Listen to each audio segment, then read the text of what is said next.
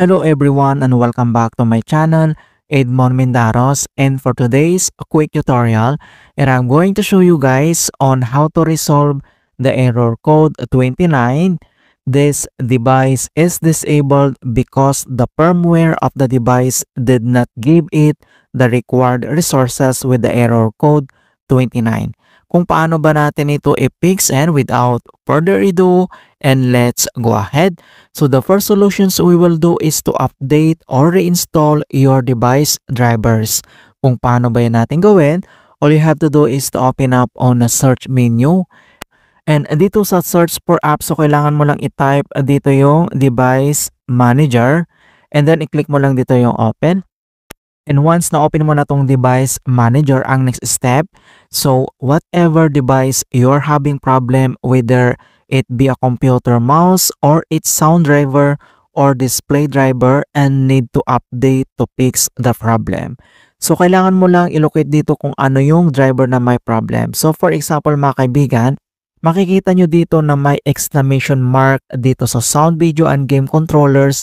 And then ito yung kailangan natin i-update.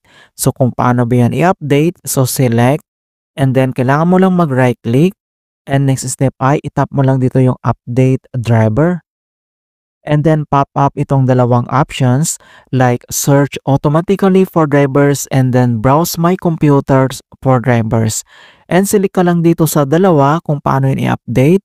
So itap mo lang tong search automatically for drivers. So click mo lang yan and wait natin.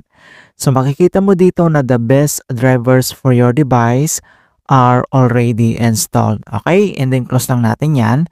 And other solution na pwede natin gawin is to roll back driver updates. So same dito sa device manager, ang kailangan natin is i-locate again kung ano yung problem na drivers dito.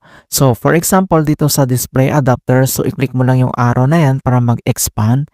And then dito sa ating graphics ay kailangan natin itong i-roll back yung driver update. So kung paano ba yun natin gawin, so select and right click, and select mo lang dito yung properties, and then dito sa kanyang graphics properties, and select mo lang dito yung driver dito sa taas, so click mo lang yan.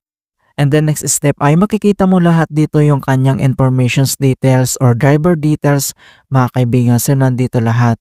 And then kung paano ba natin ito i-roll back driver, so dito lang sa left side menu, and kailangan mo lang i-select dito yung or makikita mo dito yung rollback driver.